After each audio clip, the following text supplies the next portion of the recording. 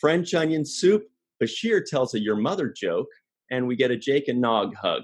Hello and welcome to The Seventh Rule with Cirroc, Lofton. My name is Ryan T. Husk, and today we are reviewing Season 2, Episode 3 of Deep Space Nine, The Siege. How you doing, Cirroc? Doing well. Did you lot of stuff in that episode. Yeah. Did you get the 3 references, or should we touch on those? The French onion soup. I'm trying to get my head around that. Where was that? Stay tuned for that, I guess. I guess so. So, first, we want to tell very quickly that we've relaunched our Patreon page, so please check that out. Just go to Patreon and look up The Seventh Rule, or go to patreon.com/The Seventh Rule, 7th rule, not spelled out. And also, a quick shout out to Mr. Cirroc Lofton, because I know, because we had a couple of our fans yesterday and today kind of nudge us about something that they've seen you on a little show called Days of Our Lives. Oh, yeah, is that right? So it's finally made its way out. Yep. And they were asking, they said, is that Cirroc? They're like, it kind of looks like him. It kind of sounds like him. And I checked out the video, and I know you mentioned that you were on Days of Our Lives. We still haven't worked together on the same day yet, but we will. And I saw the video, at least the clip that they sent, Kat Cuomo sent. And Cirroc, that's some damn fine acting, dude. Good job. Well, all right. Well, thank you. On your part, that is. Oh, well, thank you. It's fun to get back out there and do it. Interestingly enough, they just announced that they fired the entire cast of Days of Our Lives. Really? Yeah. I didn't even hear that. Oh yeah, that's the breaking news. The entire cast of the show got fired, and people are speculating on what that means. But they didn't cancel the show; they just fired the entire cast, which is maybe a negotiating tactic or something. But I thought it was interesting. Wow! I got everybody fired. That's how bad so bad it was. Because they're like, how come you guys can't act as good as this guy? Yeah, sure. That's exactly what happened. No, yeah, that's the breaking news. I'm surprised you haven't heard about it. I hadn't heard about it. I hope I still get to work on the show, but whatever. Here's the point, Cirroc, is that, and I'm going to go check that out when we're done recording, by the way. Yeah. Here's the point is many Star Trek and sci-fi actors, especially Star Trek actors, find it very hard to get work and to kind of redefine themselves. You know, musicians can do it from album to album. They kind of redefine themselves and start over and start something new and fresh. But for actors, it's tough because we get pigeonholed. You know, if you get a famous role like Star Trek actors do, such as yourself, it's hard to branch out. Character actors or actors with makeup on, like Jeffrey Combs, for example, or Renee, they can keep doing stuff because they had the makeup covering themselves up. But a lot of actors find it very hard to do work afterwards because that's it. Sorry, you're Counselor Troy. Nothing else we can do about it. Sorry, you're, Jadzia Dax. But the character you played was like a prison guard, right? Yeah, it was a prison guard. Yeah. You were great, man. You even had like a little twang in there, dude. It was awesome. Oh yeah, thank you. Appreciate it. Glad that people liked it. It was fun to be working. It is fun to work, and it is a challenge to reinvent yourself as an actor.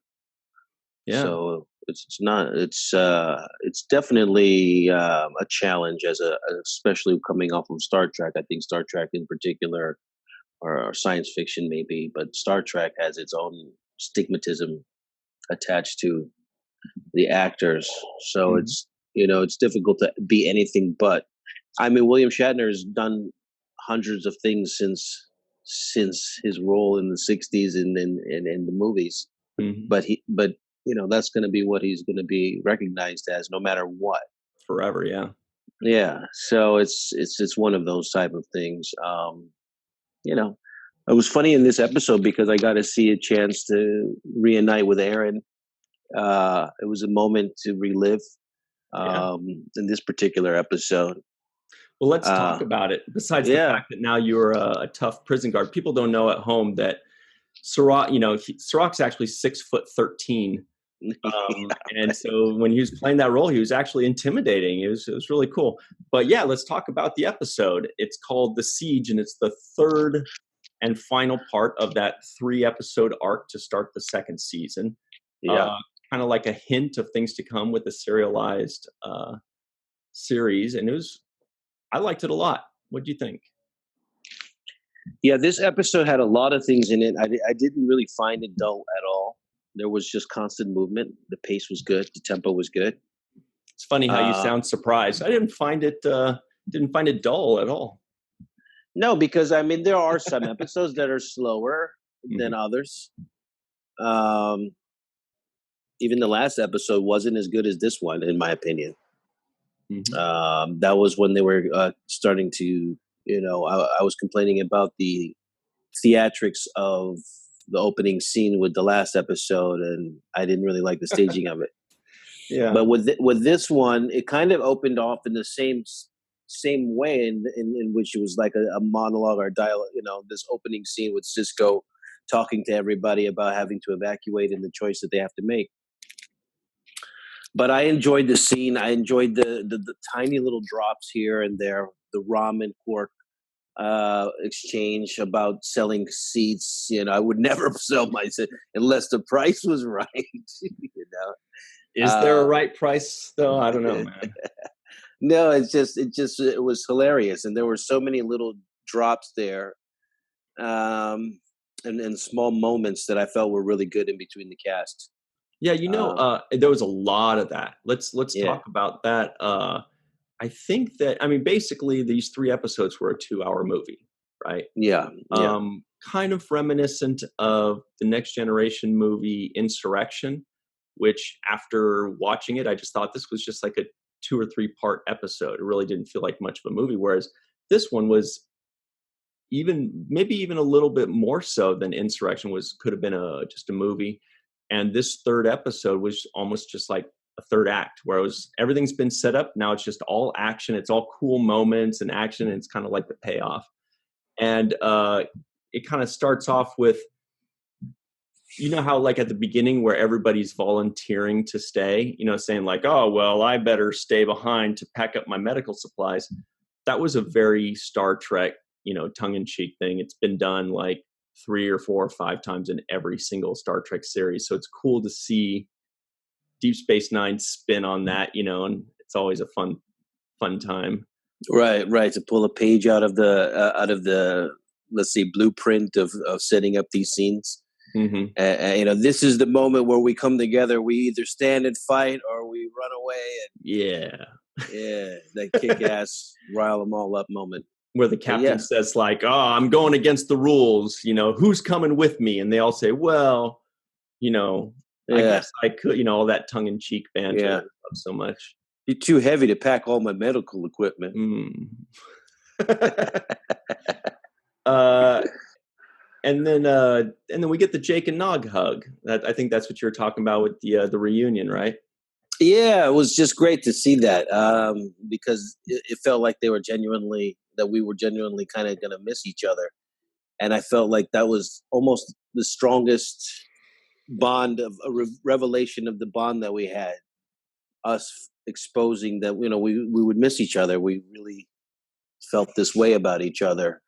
And more so even for Nog's character, because I feel like he reveals that, he's saddened by the separation. He's got separation anxiety already, huh? Well, yeah, it was funny. They said the Rio Grande and the Ganges; those were the two escape ships that we were on. Was it? That's rivers in Brazil and India. Exactly. So I thought that was interesting that they named those ships after that. Hmm. But there was a moment where he says "human," and I get all serious. Cut it out, man. Don't play with me right now. This is serious. We're about to not see each other for a long time. Give me a hug. See you later. and that was a good moment. It was a special moment. Yeah, and I think it kind of validated that relationship really more so than anything in the first season. It might not have worked in the first season because they had to build up that relationship. But now it's been properly built up to where people can be sad that, oh no, Jake and Nog, the two friends, aren't going to see each other. I think more so than any of the other relationships, just because, these kids aren't soldiers. They're kids. They're having fun. They each have one friend, and now they're not going to see their friend. Yeah. Not to mention that your dad is just like, I know you don't have a mom, but see ya. Good luck out there. Yeah. Good luck out there. there in that refugee camp you'll be in. Yeah. And there was also a moment where it was like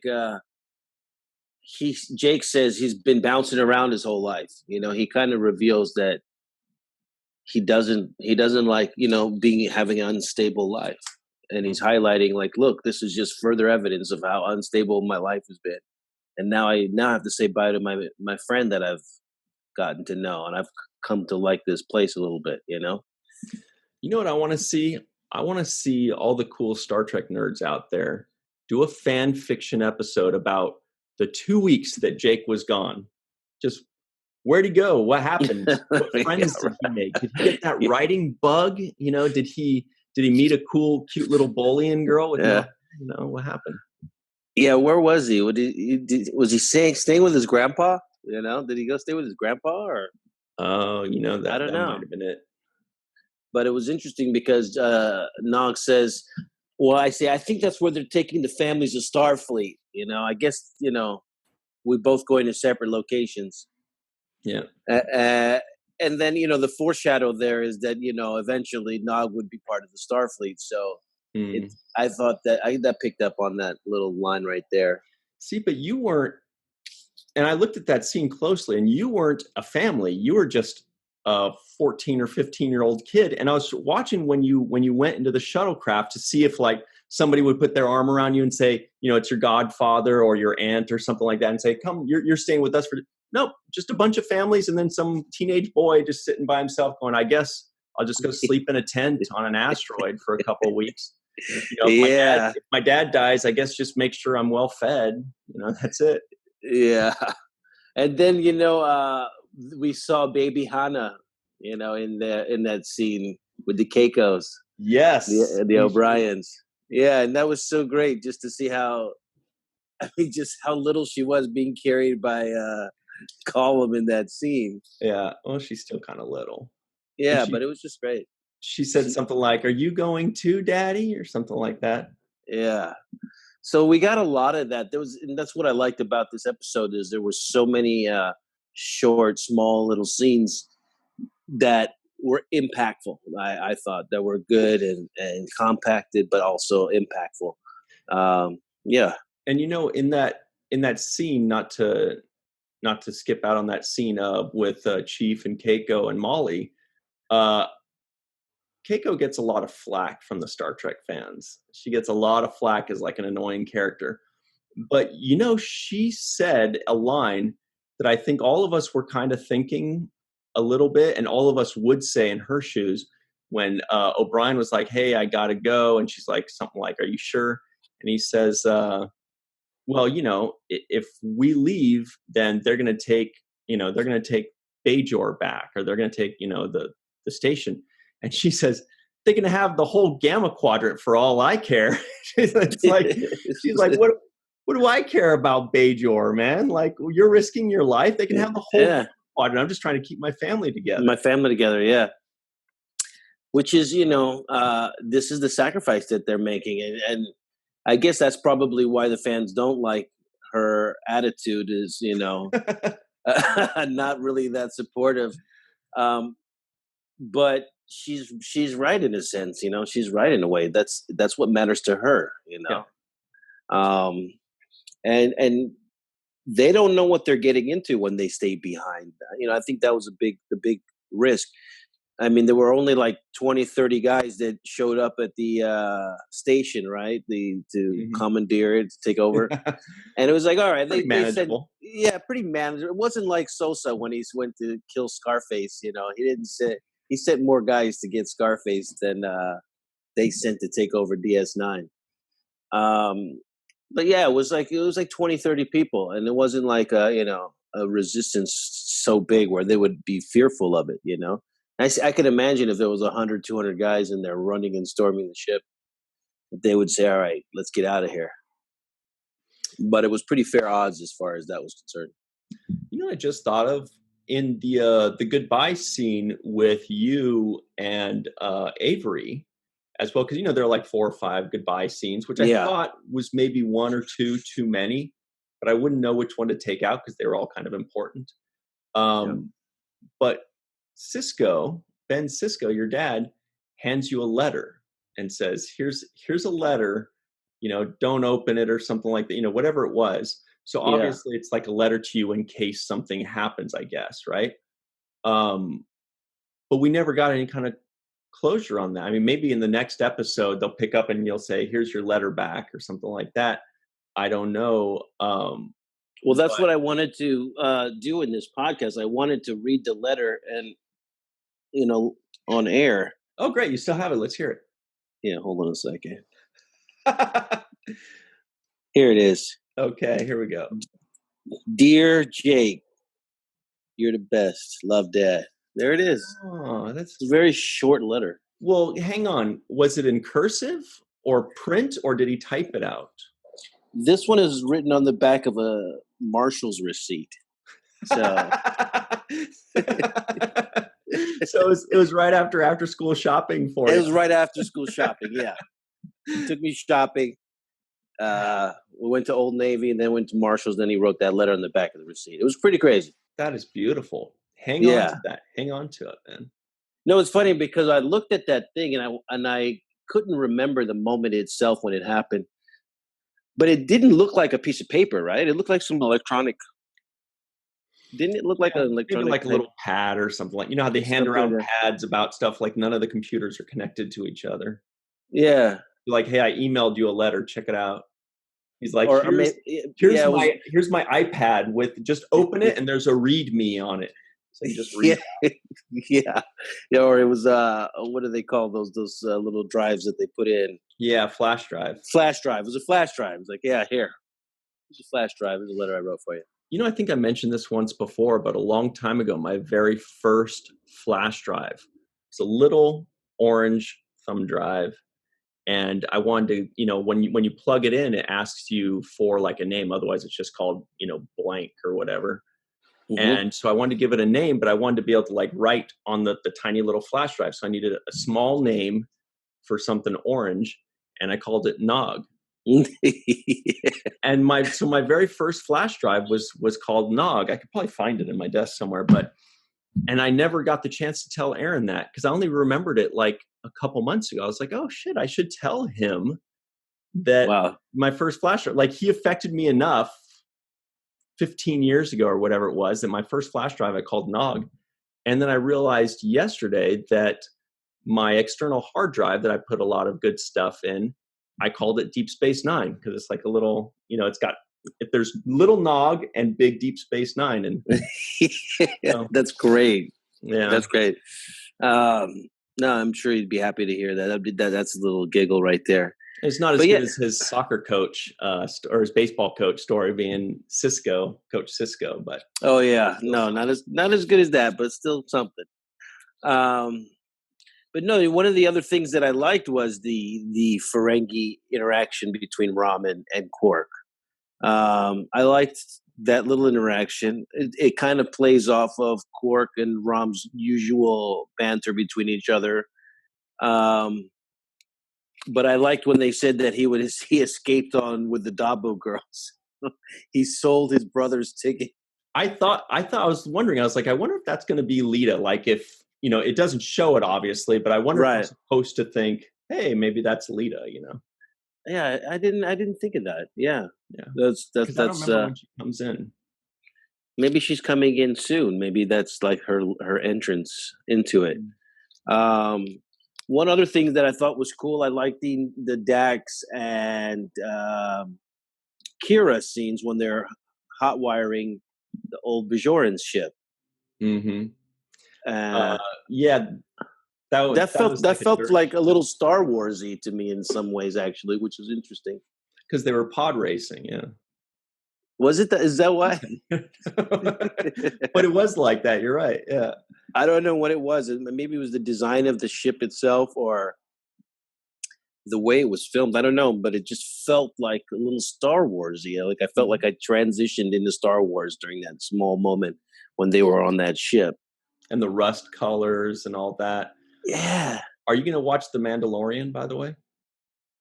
That's like a Uh, new Star Wars series. yeah. No, I don't know about it. I don't know. We'll see. I'll see if it's catches the buzz before I go take a look at it. We're hearing really good things about it. Like they're saying it's the most Star Wars thing since 1983, since Return of the Jedi. So something to check out. Yeah, I hope so. I'm not a big fan of a lot of the other newer stuff. Mm. I mean, and I was a big fan of the original 3 trilogy. And then afterwards, the new makes. I think they lost me with Jar Jar Binks. That's when I stopped watching. A lot of people got a little turned off by Jar Jar. Yeah, Jar Jar was a bad move. Yeah.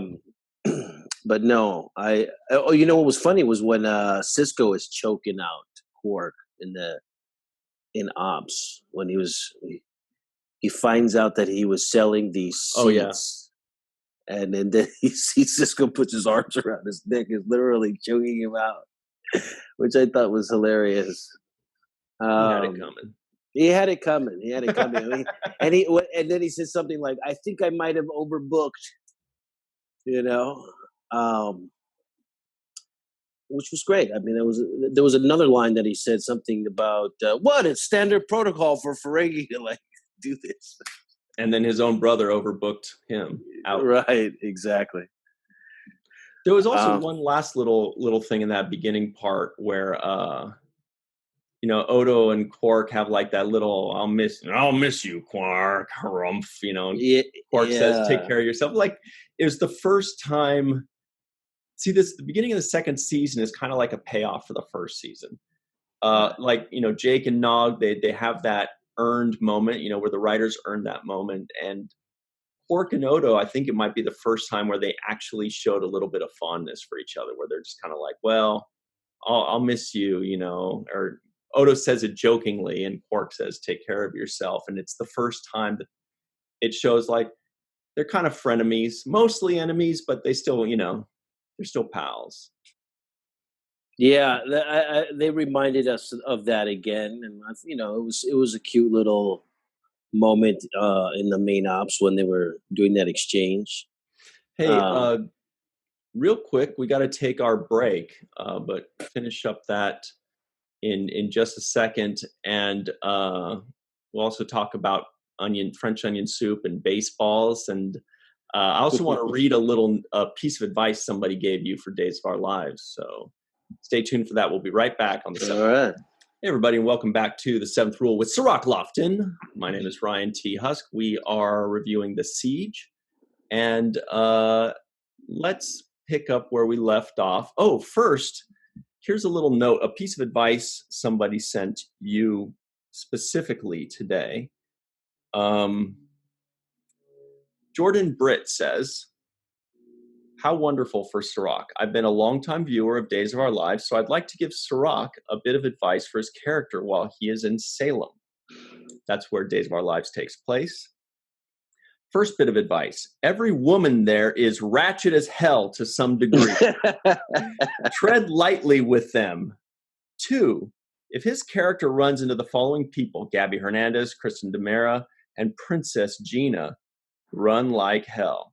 And finally, dead people tend to come back to life quite often in Salem. They're not zombies or Cylon skin jobs. They're just the Salem. It's just that Salem has a mad scientist among them that has a serum that can revive dead folks. No big deal. Also, he can brainwash folks with a computer chip that can contain memories of other people on them, and he wishes you the best of luck. Wow, this is a lot of information. I had no idea about that. Yeah. So, mad scientist, you're all set, I guess, just in case. Well, I wish he had told me that about 6 months ago. Would have helped me a lot. But no, thank you for the advice, and I'm glad that people are watching the show and supporting as Mhm. usual. I couldn't be happier with the fans and the level of support they've given me throughout the years. Yeah, and congratulations on that. Yeah, So, thank you. back to this, I agree. First of all, I didn't quite say it, but I do agree that that ship, when Kira and Dax went into it, I liked it. I didn't really get the Star Wars vibe. Now that you mention it, I noticed it, but I liked it. It was cool. It was like different from what Star Trek usually is. They're it's all dusty and rusty and rickety and stuff. So I definitely thought that was a cool moment at the very end. Yeah, and they actually got to elaborate on Dax having these past lives as a part of her symbiont, right? Hmm. And they used that for their benefit, which is something they can be really digging into a lot for somebody who has lived 10 lives or however many ever lives that she's lived. They could be digging into that for whatever jewels that they want to excavate out of it. So one of the things that I thought was good was that they used Dax in that kind of a way. I thought she did a really good job in this episode as far as her performance. She was really good. She's much better than I think I've seen her before.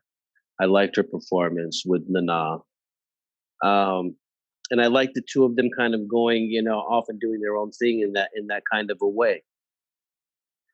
Um, what was cool was the Barlaku. I think I wrote it down. Those spiders that look like dogs that was running around. Oh yeah, yeah. I forgot what those were called, but yeah, Yeah, those were that's Star part Wars. of my Star Wars. Star Trek nightmare. I do not like spiders at all. So when you see one that big, you're like, oh god. Do you ever feel like it hurts the spider's feelings when you don't like them? I hope it hurts the spider's feelings. Teach them a lesson to stay away. Huh? Yeah, stay away from me. I'm the guy that hurts your feelings. Uh, you know what was cool was they had Odo change into a tripwire, in one scene, and then he kind of floats out of the wall in another scene. So they're really.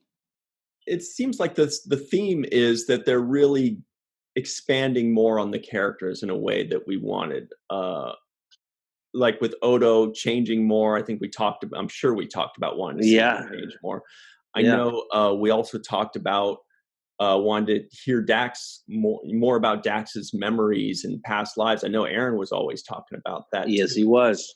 So we're getting a lot more of what we wanted, which is great. I think they really kind of hit a home run with this, these first 3 episodes of season 2.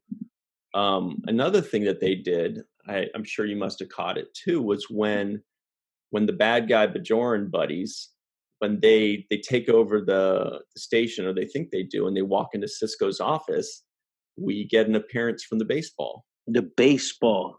Yeah. I love that. Which I actually wrote down in my notes that I thought was Odo.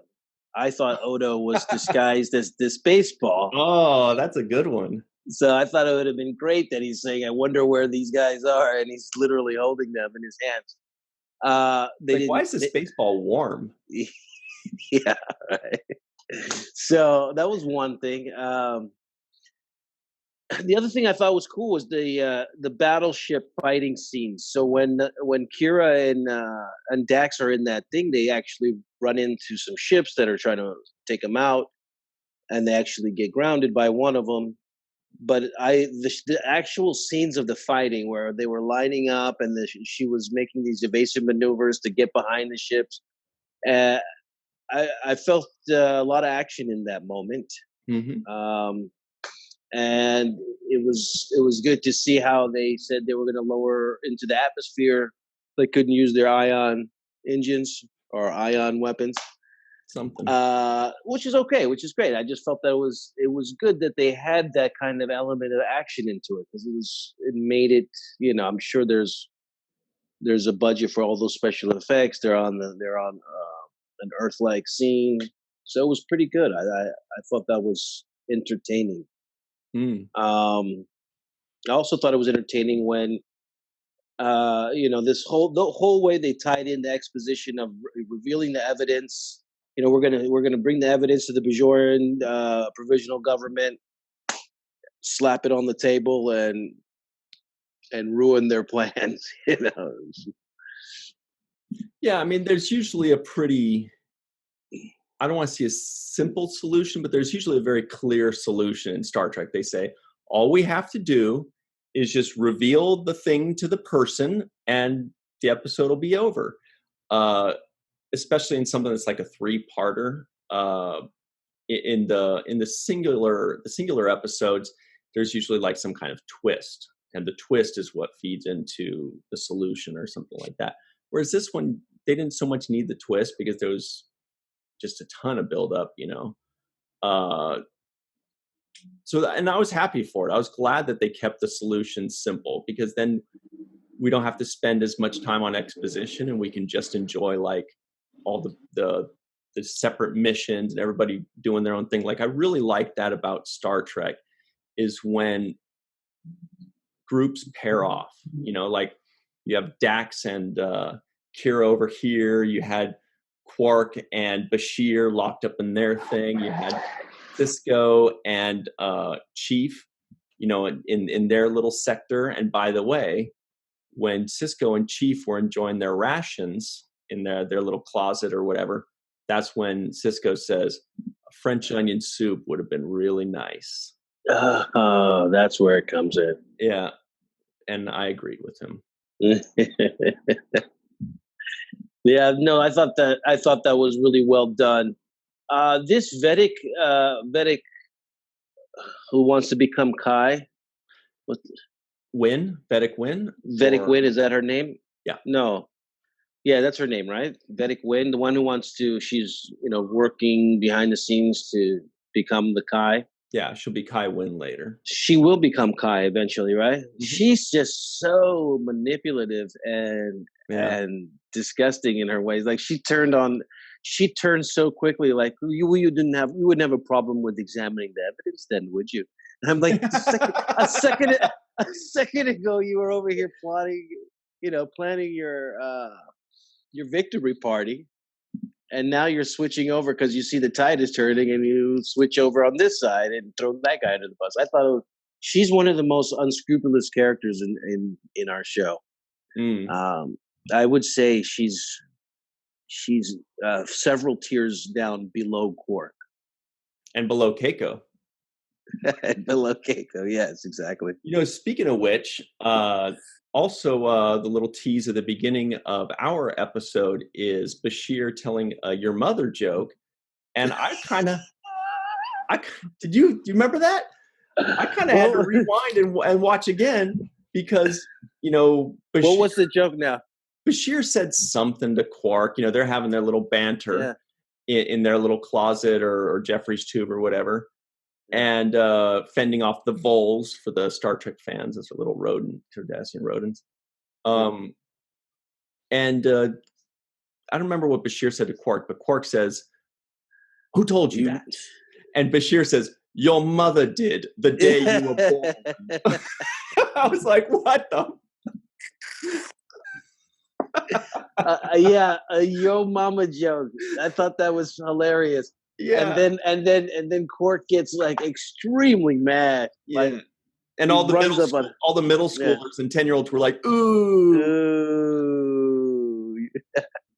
Yeah, that was interesting, to say the least. A little slightly out of place. You never talk about my mother. But I guess it was it was to highlight that they were having this miserable time in this confined space. I thought it was funny when Bashir breaks the paneling open from the aqueducts area where he's hiding, and he pulls out his phaser and surrounds the Bajorans that were trying to take over the ship. He messages over to Commander Sisko, and he really casually sits there with like almost with his legs crossed, drinking martini, like, dude, we've got him, we've got him all. It's all taken care of. Don't worry. I'm like, you're sitting in an air vent, acting all real calm and nonchalant about it. I thought that was kind of funny. We got to have Sid on the show sometime. I've never met him. Well, he's a hard guy to keep up with. He's always jet setting around the world, but he was on Game of Thrones. He's still working. He's doing well for himself. He is. He is. I remember the first time I saw him afterwards on a big movie was that Syriana movie that he did with George Clooney. Yeah, I don't know it. Oh, he plays the main villain in Syriana, which was this, movie with George Clooney. And I went to go see him, and here he is. Like, no way, that's so cool. So I was like, whoa, Sid's in this movie. He played a villain. Yeah, a very good villain, as a matter of fact. It wasn't like the that first season episode where he was inhabited by this villain's spirit. No, it was much better. It was much better than that. It was really good villain work. Sophisticated villain. I think he's playing like a Middle East guy, terrorist type of guy.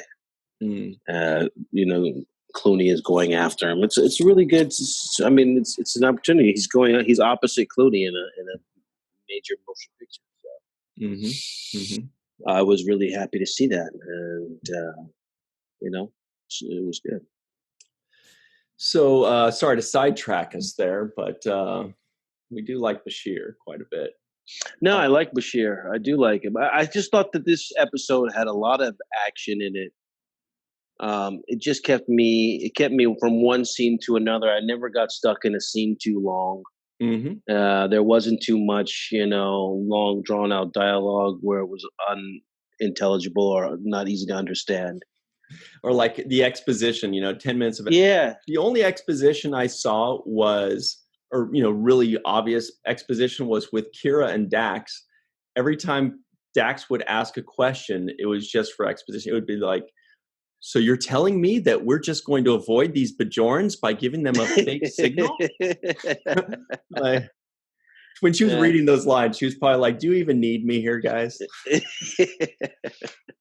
Yeah, it gets sometimes it could be too much, but this one wasn't. Who directed this episode? I don't think we talked about it. It was Winrick Colby. So Rick Colby. So yeah. Rick Colby, yeah. And this would be now is like second or third, I think, so far that as we've been watching along. And I thought Rick did a good job. I mean, like I said, the pace was great. And from beginning to end, I just thought that everybody played their role, including this Bajoran war hero that they started this whole thing trying to rescue out of the camp, right? And the whole thing really revolved around Leonidas, what we call him, right? I even call it Leonidas in my notes. Right, I know, and I haven't changed, so I'm just going to stick with Leonidas. But I thought Leonidas actually had his moment in this episode too. We didn't really talk about it much, but Leonidas had a chance where he was able to have his rallying speech to the Bajorans. He stood up to the plate. Now we actually got to see why he was a rebel leader, because he was shying away from that responsibility so far in these opening 2 episodes. He was the reluctant hero, and in this moment, he became the actual hero, which is another arc for this particular character, right? Going from the guy who's like, no, don't praise me. I didn't do anything special, to jumping in front of a bullet and taking a bullet for somebody, right? Yeah, he fulfilled his destiny. He fulfilled his destiny as a martyr, and I thought he wore it well. He stood up and he became courageous when it mattered. I thought that was a good thing for him and his character. I agree. I thought, and it fits. That's another Star Trek trope of, you know, the guy that wants to die, or the guy that says I'm not the hero or whatever, and then at the end he does die, or he does become the hero. Like, for example, in Duet, the Cardassian guy that wanted to die and he finally got his wish at the end, you know, he becomes kind of like that martyr, you know, and this guy, Leonidas, kind of fulfills his destiny, you know, with his 300 Bajorans. Hmm.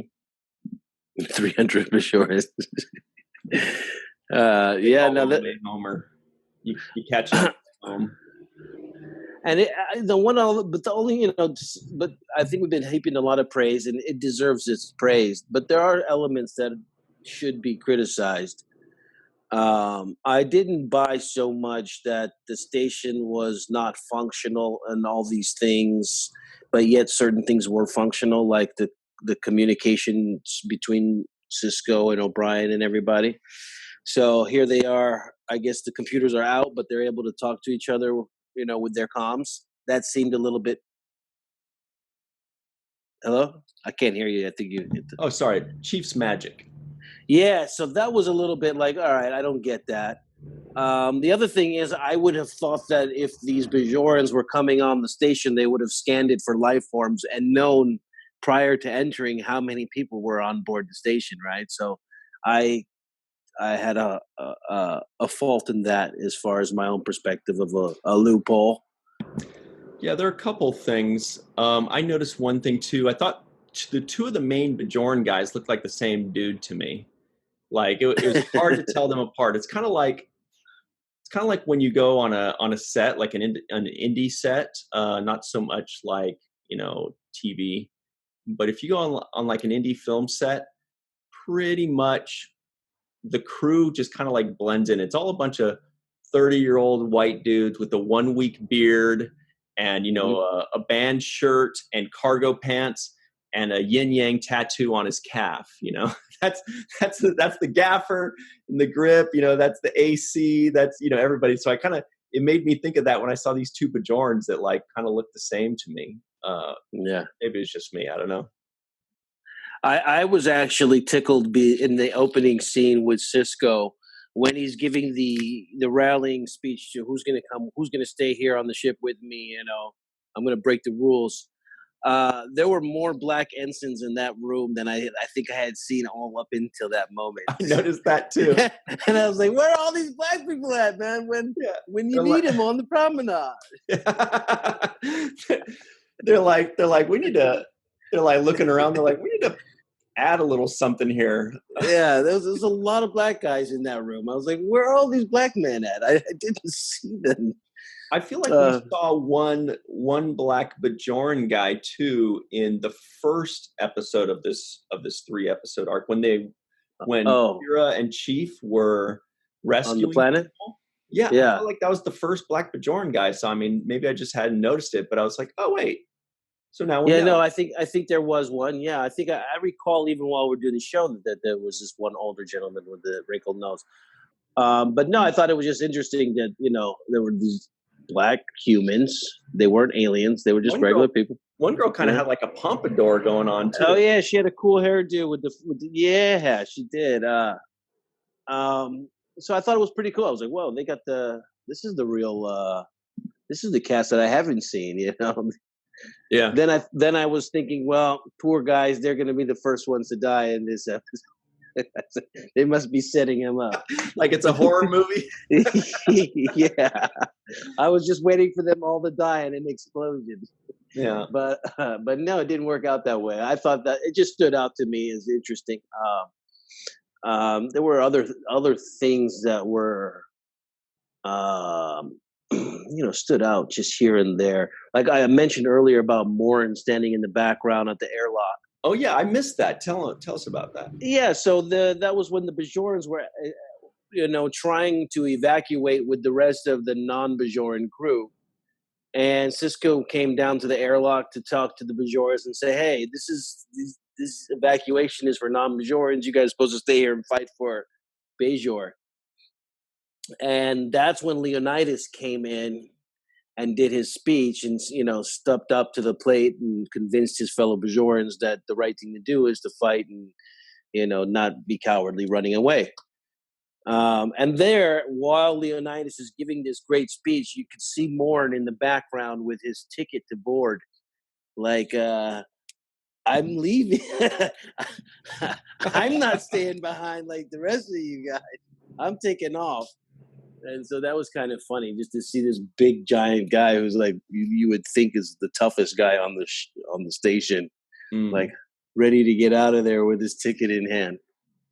Yeah, I love that. I totally missed that. Sorry, I got like an army attack helicopter flying over me right now. We get that every once in a while in LA, or army guy, or if we have another high speed chase going on. But those are kind of daily things here in LA. So we've only got 1 minute left. And the last thing I want to touch on is at the very end, what do we get? We get a Jake and Ben Sisko reunion at the end. And that was really cool. You guys coming back together.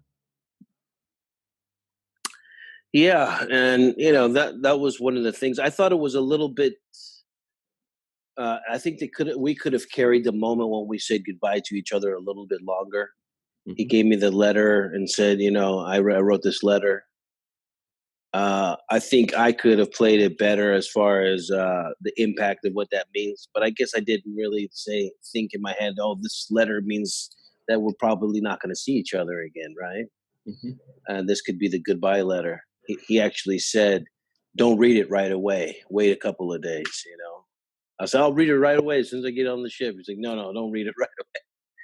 It's one of those things where you need to sit down. You need to be sitting down for it, right? Yeah. And I wish I had personally played it a little bit more somber or a little bit more, because I kind of turned around and said, "All right, see you later." Well, maybe it's because you were what, 14 years old or something when you shot that, and that's how 14-year-olds think a lot of times. Like not just the actor, but the character. The character might not have actually clicked. My character might have just said, "Oh, my dad's a superhero. My dad's a commander in Starfleet. He'll be fine. I got to think about what girls am I going to meet? What am I going to miss school for 2 weeks? What am I going to do? Okay, cool. I got the thing. See you later." And it's not until he opens it and reads it that he goes, "Holy shit." Yeah, and that's the difference between me now and me then, right? Yeah. So me now looks and says, man, if I had to say goodbye to my kid and I don't know when I'm going to see them again or if I'll see them again, I would really be soaking up the gravity of that moment. But as a kid, I didn't understand the gravity of that moment, right? It's just like, yeah, all right, everything will be cool. I'll see you in how long, a week, 2? Just call me, Dad. Let me know. Cool, no curfew. Yeah, cool. He was more bummed that he won't see Nog. He's like, well, then what am I going to do? Where am I going to hang out? What am I going to do all day? I felt like I could have played that, differently. But as you said, as a kid, you're really oblivious to some of those kinds of things, right? You're oblivious to the gravity of different moments that are happening in your life. Mm-hmm. So we are out of time. It was a good episode. I feel like it showed that over the break between the first and second seasons that the writer said, all right, let's put a little bit more of our stamp on this. Let's get a little bit more creative. Let's take bigger chances, now that the first season was established. And I think they succeeded. I think it was a home run. What do you think? Yeah, I do. And I want to add one more thing. That dream sequence that Kira had when she saw the orb and they were naked, with each other, that didn't forecast or foreshadow anything that was to come. So I don't even understand still. I thought that would mean something and it would be explained going forward. It literally is just an outlier sitting there like, what did that mean? 10 seconds. If you could have gotten one answer, would you want to know what was in the letter or what the hell that naked dream meant? I want to know about the naked dream. I think everybody does. All right, man. Well, everybody at home, if you're listening in, thank you so much for joining us. If you're watching on YouTube, stay tuned for the free-for-all. And as always, remember the 7th rule. Yeah, totally pull off Pippi Longstocking. I used to love Pippi. Yeah. Who doesn't? we are recording. Mine under my hat. Yeah, I just started recording. I was like, why am I not recording this hair talk with Heather Jordan? This is good stuff. This is gold. So, Heather, really did you have any suggestions for gray hair? You mean characters? No, do you have any suggestions for gray hair? Because I have a lot of gray hair under my ball cap. Just for men. You just gotta embrace it, right? Yeah, it looks good on men. Men look good with salt, pepper hair. Hello and welcome to the 7th Rule with your host. We've got Heather Jordan, the hair model. We've got Cirroc Lofton. It's just a true free-for-all here. Justin Griggs. We have associate producer Imo Radke. Oh, Lord. My man. How you guys doing? What are you drinking, Heather? Just root beer. Just root beer? That's the good stuff. That's the Ferengi stuff. So it's here's like our generic brand. So, here's our question of the day. I thought long and hard on this one. This is a good one. All right. The question is, oh, by the way, everybody, Imo's our associate producer. I still don't know what that means, but yeah, glad to be on board. You're out. Hey, just claim your new title and put it on your CV. You're good. Yeah. All right. I'll do it. Here's the question.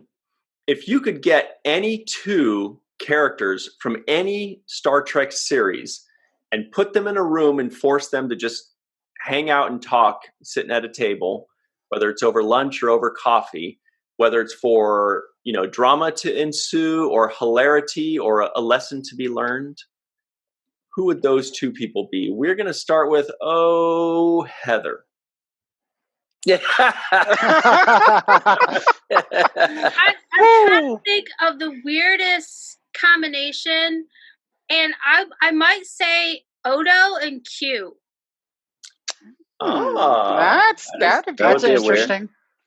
And why? Because, well, Q would obviously do some crazy hijinks and, change Odo's clothes or do something weird. But I think Odo just has that kind of annoyed, get off me kid attitude. So I think he would just kind of be really annoyed and maybe shapeshift and stuff, to get away or I don't know. I just think they would be head to head trying to outdo each other, or I should say Odo would be trying to undo whatever Q does to him. Do you think Q would maybe turn Odo into things that he didn't want? Be like, now you're my underwear. Yes, that would happen. That would happen. Yeah. Heather? That was terrible. But so funny. Okay, what do you think, Imo? Well, I'd go with Lorca and Sisko, and maybe Sisko could explain Lorca how this whole Star Trek thing works. I think he still hasn't figured it out. That's a good one. Well, you could basically put everybody from Starfleet together with Lorca, because, let's not go there. That's not my show. By the way, cool shirt, Imo. Yeah, thanks. It arrived safely. What is that shirt? Captain Nog forever, baby. Oh, it is. All right. Yeah. All the way out in Germany. Wow. Yeah, all the way. It came from the Czech Republic, if I'm not mistaken. So it wasn't that far away, actually. This is a bracelet that one of the fans made. That it has Aron Eisenberg and then Forever in Our Hearts. Really cool. Awesome. Oh, really? Where'd you get that? Let me see that. I got it from Jen. And she sent me a bunch, and I was actually gonna send you guys a couple. I would just have to figure out, what address to send it to. Jen who? I'll give you the P.O. box. Jen who? Okay, the long name. I can't remember it. I have to look it up. Actually, you know what? I can tell you real quick. Her name is Newell. Jen Newell. Oh, yeah, sure. Cirroc, do you remember any Star Trek characters with the name Jennifer? Jennifer Sisko, I know. That's my mama. Yeah, hey, yeah. Don't you make fun of my mama. No mama jokes. No mama jokes. Oh gosh. So, Justin, what do you think? That's a pretty good one by Immo. Have Sisko teach Lorca how to be a captain, how to Star Trek. What do you think? Oh, that's a tough one. I would say Geordi from TNG and Trip from Enterprise, 2 engineers. Oh, that would be A mix of old and new. Just to see how they would clash, or maybe they would either butt heads really badly, or they would team up and do something really crazy awesome. Exactly. Like invent some new warp drive. Exactly. One of the two options. I think they'd love each other. I love both those characters. Those are 2 of my favorites. That's a good one. Maybe for a twist, throw Chief O'Brien in there too. If you want a twist, you got to put B'Elanna in there. Oh yeah, yeah. There you go. I forgot about B'Elanna. Jesse, what do you think? What are your 2 people? I would love to see the interaction between Guinan and Neelix. So one with the bar, one with the restaurant. I'd love to see how she would either, beat him up or enjoy his company. I don't know if you can cuss here, so I'm not cussing, but she would beat the crap out of him. But no, I think it would. Can you just imagine that? He's so annoying, and she gets annoyed easily, as Q would show you. Though. Yeah, I think it would be. I feel like she'd make a face, like she'd be trying to be patient, but she'd be like, she'd eye roll so hard. Yeah, there'd be eye rolls galore. Eye rolls galore, and she'd probably be wondering how in the world is he the ambassador of this thing. Then you have to have Quark come in too, because wouldn't that be something? Quark and Guinan. Neelix and Quark, actually. Or Neelix and Quark, yeah. Okay, Neelix and Quark, yeah. I think Quark would try to kill him, like, quite often. Who would get the upper hand in that scene right there, Neelix or Quark? Well, Quark would win. I mean, it's just he's a little sneaky. he's just too sneaky. He would sell him off or something. Neelix would take one of the game tables and turn it into like a giant wok or something and start frying up food. So just be Jerry and stuff. But you think about that, then Neelix would borrow the holosuite that he rents and put Trevis stories up there. So that would be a bar thing to do. Well, Cirroc, it's your turn to tell us. I thought about this while you guys were talking. I would like to see. I'd like to see. I would like to see Sisko and Burnham in a scene together. I feel like they could be imparting some wisdom to each other. Sisko would probably give him some advice about how Star Trek works. For example. About how Star Trek works. How to be a leader on a Star Trek show. I thought about that too, but I'll just to get back to yours. But but for me, it was Burnham and Janeway, because I was just like, I don't know if Janeway would take that so well. I mean, either there'd be a lot of drama, like Janeway would be like, "You did a mutiny? Get off my ship!" And she'd be like, "We're not on a ship." And she'd be like, "I hate you," or whatever. But I think Sisko, maybe. Sisko and Burnham, I think that just the kind of whatever obstacles they face as being leaders, they'd probably talk about. I'd also like to see Spock and Captain Nog. Yeah, I'd like to see. I'd like to see how Spock, the kind of how he would respect Captain Nog or not. He would.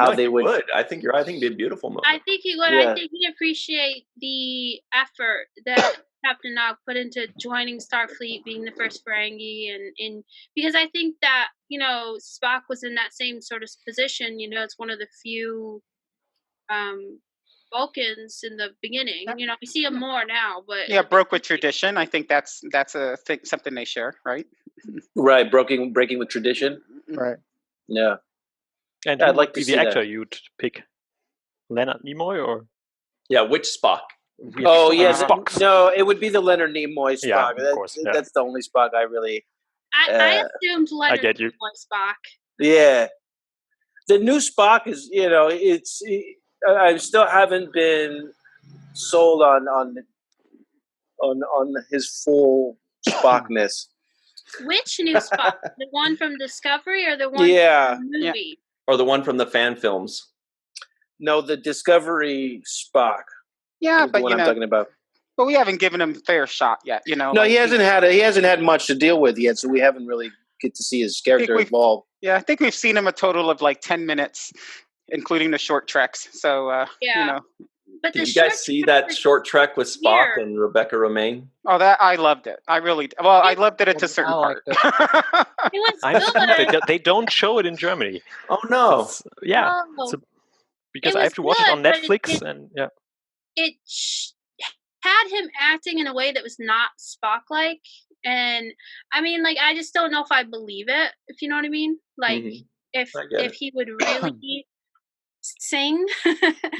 And I just don't know when the HMS Pinafore became a song for Star Trek, but apparently it is now. So Rebecca Romijn is in the short trek. Yeah, she's number one. She's number one, and then Spock, and they get trapped in a turbo lift, and then they sing a song. Oh, Willy Wonka turbo lift. I just have to put that out there.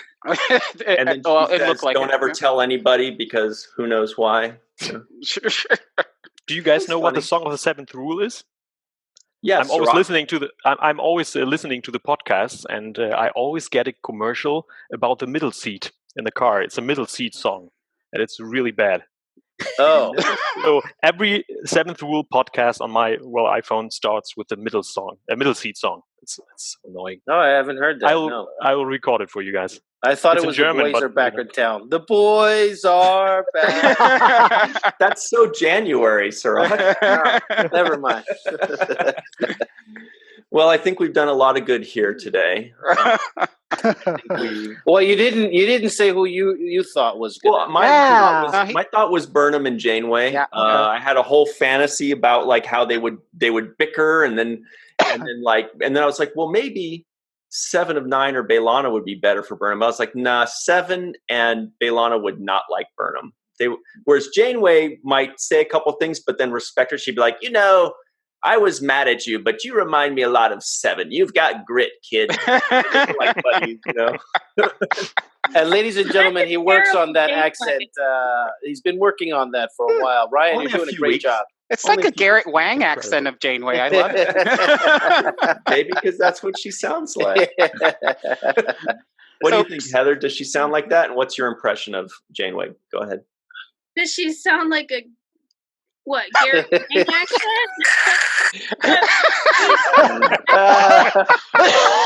Okay. I think we got to end it there. That was perfect. Okay, let's end it on Heather's impression of Janeway.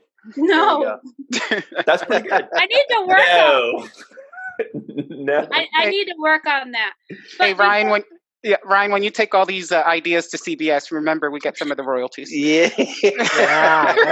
There you go. Thanks for calling them out. Kicked out on my butt. All right. I'm gonna watch Star Trek or Voyager, and then I'm gonna practice for the next one and give you Janeway. And also, please do the German Janeway as well. Mm-hmm. There's a German Janeway? Well, of course. They voice over all the shows. The associate producer has spoken, Heather, so we'll do that next week. The German Janeway coming soon. Before we go, though, I want to give a shout out to Rex Wood. Yes. Because he did something amazing this week. He went out of his own way and his own money, and he purchased a Captain Nog Forever shirt for Ian K, because Ian was unable to order it for some reason. So Rex, just out of the goodness of his heart, he just purchased it and sent it to Ian. And it was just so touching and amazing. And I told him that I was going to tell everyone what he did. Awesome. We're glad that That's awesome. Really cool. Yeah. He's also going to be at a convention in about a week and a half, and he's going to be representing the 7th Rule for us. He's been working really hard to help promote us out in Ohio, is it?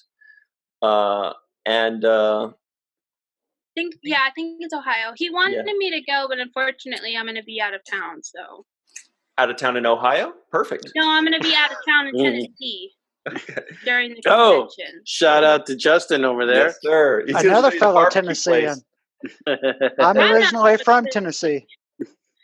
I'm going to a little tiny town called New Bern, Tennessee. I know exactly where that is. Oh, God, he's down the street, aren't you? Well, I live in Ohio now.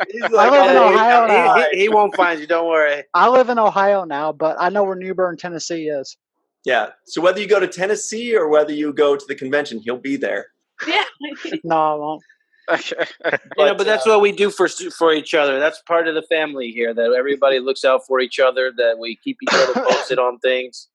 And that's how we stay connected and part of this extended family. So it's pretty awesome, man. Well, I'm glad. Shout out to Rex. Yes, I just want to say one thing before we go. Thank you for inviting me into the family and welcoming me and making me feel like I'm a part of something. You definitely are part of something. Thanks, man. The Seventh Rule family is growing and getting stronger every day. It's amazing. And you should join the Discord if you haven't, because that's where you really see. I can't find a link to it.